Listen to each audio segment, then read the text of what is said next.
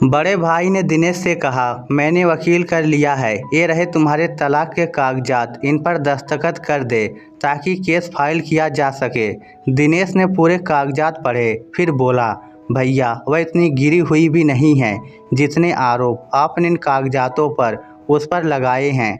बड़ा भाई बोला, तलाक का मुकदमा करने के लिए ये सब करना पड़ता है, और जब तुम्हारे उससे कोई संबंध ही नहीं रहे तो फिर उसकी इतनी फिक्र क्यों करता है। दिनेश बोला, फिक्र नहीं करता भैया, मगर वह 3 साल तक मेरे साथ रही है।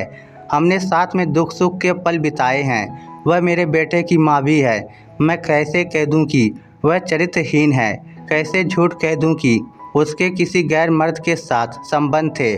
बड़ा भाई बोला, मैं तुम्हारा बड़ा भाई हूँ, मैं तुम्हें आदेश देता हूँ कि इन तलाक के कागजात पर दस्तखत कर दे, क्योंकि मैं मुकदमे के लिए वकील को 25,000 रुपये एडवांस दे चुका हूँ। अब कोई ऑप्शन नहीं बचा, तुम्हें दस्तखत करने ही होंगे। दिनेश ने कागज फेंक दिए, फिर बोला, मैं उस औरत को सारी दुनिया के सामने चरित्रहीन साबित नहीं होने दूंगा, जिसके साथ मैंने अपनी ज़िंदगी के 3 महत्वपूर्ण वर्ष बिताए हैं। बाढ़ में जाए आपके ये कागज और आपका वकील। बड़ा भाई बोला, कल को तुम्हारी पत्नी खुशबू कोर्ट में केस फाइल करती है और उसका वकील तुम पर चरित्रहीन होने और मारपीट करने और दहेज के लिए परेशान करने का आरोप लगाएगा, तब तुम क्या करोगे। दिनेश बोला, मैं तब भी उस पर ये भद्दे आरोप नहीं लगाऊंगा। कहते हुए वह उठकर चला गया। उधर खुशबू की हालत और भी ज़्यादा खराब थी। उसकी दोनों भाभियाँ हाथ धोकर उसके पीछे पड़ी थी, बेवजह उसके साथ लड़ाई करती थी, बात बात पर ताने मारती थी, अपने पतियों से कहती थी, कब तक इस नकचड़ी को हमारी छाती पर बैठा कर रखोगे, या तो इसे इसके ससुराल भेजो या तलाक दिलवा कर दूसरी शादी करो। अगर खुशबू की माँ जिंदा ना होती तो भाभिया कब की उसे घर से निकलवा चुकी होती। ये एक कड़वा सत्य है कि पति की छोड़ी हुई लड़की के लिए भाइयों का घर भी नर्क जैसा बन जाता है।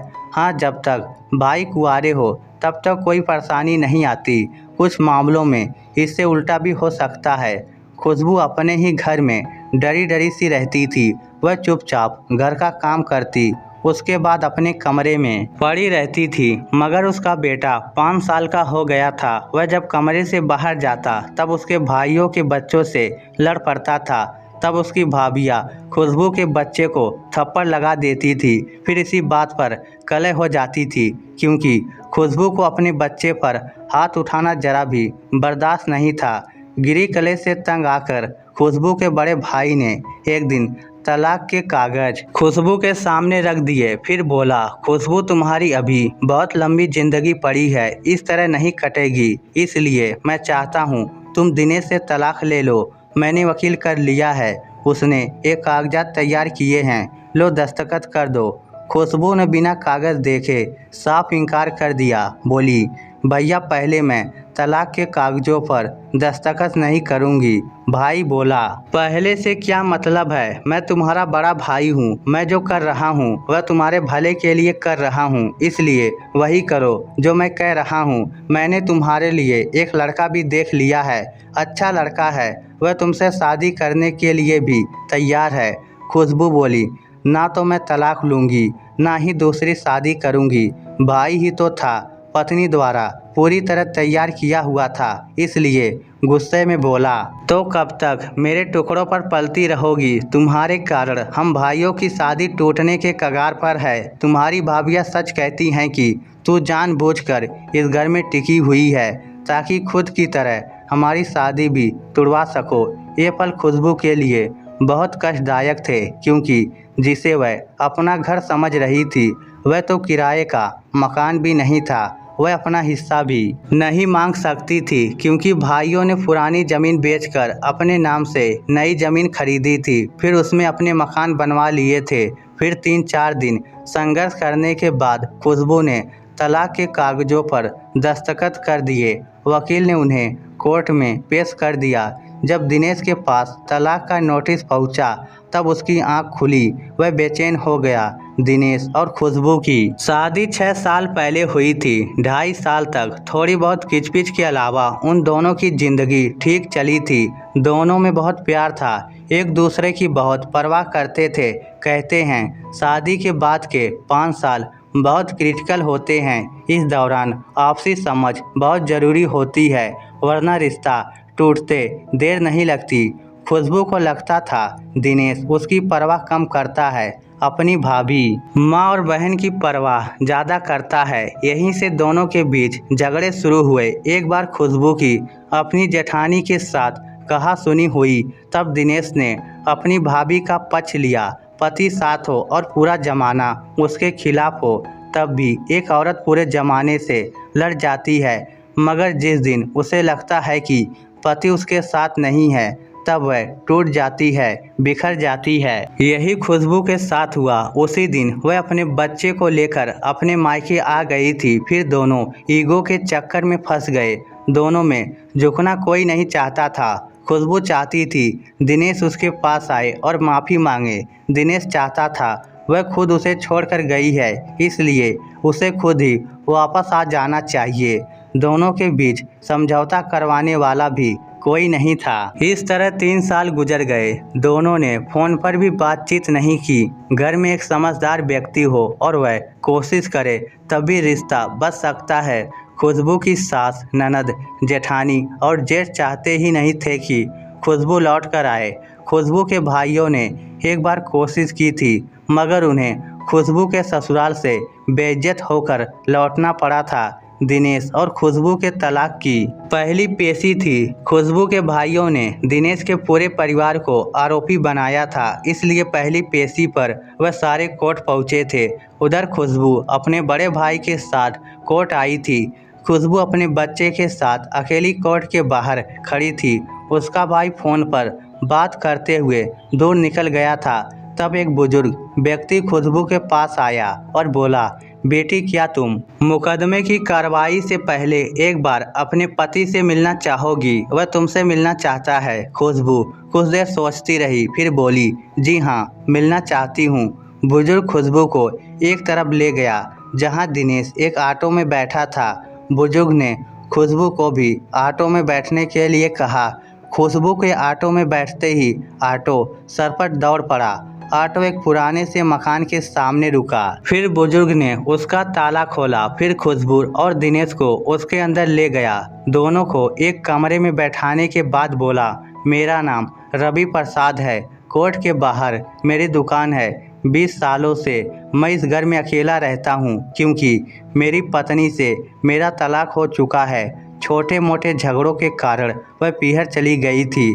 फिर रिश्तेदारों ने और वकीलों ने ऐसा चक्कर चलाया कि हमें बात करने का मौका ही नहीं मिला और तलाक हो गया। तलाक के बाद मेरी पत्नी की दूसरी शादी हो गई है, मगर मैं पिछले 20 सालों से अकेला रहता हूँ। बहुत दर्द होता है जब घर उजड़ता है। बीती यादें रह रह कर चैन चुराती है।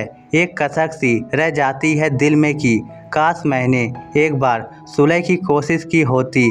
काश मैं अपना सारा गुस्सा और घमंड छोड़कर उसे मनाने गया होता। तलाक के बाद मैंने एक फैसला किया कि बची हुई सारी ज़िंदगी लोगों को फिर से मिलाने में लगा दूंगा। उन्हें कोर्ट जाने से पहले समझाऊंगा कि तुम लोग गलत कर रहे हो। पति पत्नी के बीच ईगो जैसी चीज़ नहीं होनी चाहिए, घमंड जैसी चीज़ नहीं होनी चाहिए। लड़ाई करो, झगड़ा करो, मगर जैसे बचपन में लड़ाई के बाद भाई बहन कुछ देर बाद ही पहले जैसे हो जाते थे, वैसे ही हो जाओ। अपने संबंधों की बागडोर के मालिक खुद बनो, किसी तीसरे को इसमें भागीदार मत बनाओ। मैं तुम लोगों को मुकदमे की पेशी पढ़ने से पहले ही समझाता हूँ, क्योंकि मैं जानता हूँ मुकदमे की पेशी के बाद आप लोग एक दूसरे के दुश्मन बन जाओगे। वकीलों द्वारा तैयार किए गए कागजात में बहुत ही भद्दे आरोप लगाए जाते हैं। उन्हें पढ़कर आप एक दूसरे से घृणा करने लगोगे। फिर कोई समझाएगा तब भी आप उसकी नहीं सुनोगे। खुशबू और दिनेश के फ़ोन बज रहे थे। बार बार घर वालों के फ़ोन आ रहे थे। रवि प्रसाद बोला, पहले दोनों अपने फ़ोन स्विच ऑफ कर दो, वरना एक दूसरे से बात नहीं कर पाओगे। दोनों ने तुरंत फ़ोन बंद कर दिए। रवि प्रसाद बोला, अब मैं अपनी दुकान पर चलता हूँ। तुम दोनों सुलह की कोशिश करो। जब यहाँ से जाओ तब घर को ताला लगाकर चाबी गेट के बाहर रखे मैट के नीचे दबाकर चले जाना। बुजुर्ग जाने से पहले फिर बोला, खुशबू बेटी, तुम्हारे पिता से मेरे अच्छे संबंध थे। तुम्हारे भाई को भी मैं जानता हूँ, इसी कारण तुम्हारे मुकदमे का मुझे जल्दी पता चल गया।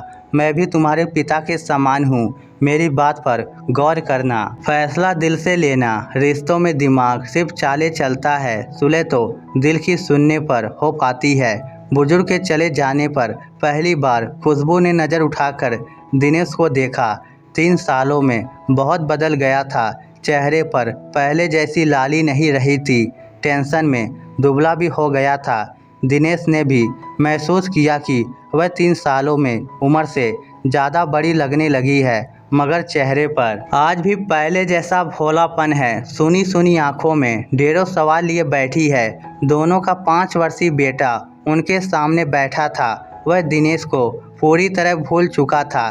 चुपचाप बैठा टुकुर टुकुर दोनों की तरफ देख रहा था। दिनेश चुप्पी को तोड़ता हुआ बोला, मैंने तलाक का नोटिस पढ़ा था। मुझ पर घृणित आरोप लगाए गए हैं, मगर मैं जानता हूँ वह तुमने नहीं लगाए। सब वकील की देन है। खुशबू कुछ भी नहीं बोली। वह बिल्कुल चुप होकर नज़र झुकाए बैठी थी। वह बोला, मेरे भाई ने भी तलाक के कागज़ तैयार करवाए थे, मगर उन्हें पढ़कर मैंने हस्ताक्षर करने से साफ मना कर दिया, क्योंकि उनमें भी तुम पर उसी तरह के आरोप लगाए गए थे जो मुझ पर लगाए गए हैं। मैं नहीं चाहता कोई तुम्हें सारेआम लांछन लगाकर बेइज्जत करे। खुशबू ने एक बार नज़र उठाकर उसकी तरफ देखा, जैसे कह रही हो, मेरी इतनी परवाह के लिए शुक्रिया। दिनेश बोला, तुम भी कुछ बोलो, मगर वह चुप थी, कुछ ना बोली। काफ़ी देर तक जब वह नहीं बोली तब दिनेश ही बोला, मैं तुमसे माफ़ी चाहता हूँ। जब तुम्हें मेरी ज़रूरत थी तब मैं तेरे साथ खड़ा नहीं रह सका। इतना सुनने के बाद वह सुबकने लगी। वह बोला, प्लीज़ रोना मत। वह रोते हुए बोली, 3 सालों से रो रही हूँ। जो बात आज कह रहे हो वो आप पहले भी कह सकते थे। रूठ कर ही तो आई थी, मना कर ले जाते। एक पत्नी और चाहती ही क्या है, उस पर गुस्सा कर दो, डांट दो, थप्पड़ भी लगा दो, मगर बाद में मनाओ तो सही। आपने तो मुझे तोड़कर फेंक दिया। अब चाहत नहीं रही जीने की। वह बोला, तुम खुद गई थी, लौट कर भी तो आ सकती थी। वह एक लंबी सांस लेते हुए बोली, किसके पास चली आती जो मेरा होकर भी मेरा नहीं था। अगर लौट आती तो मेरे स्वाभिमान का क्या होता। आपके घर वाले तो मुझे ठोकरों में ले लेते। एक औरत का स्वाभिमान उसका पति होता है।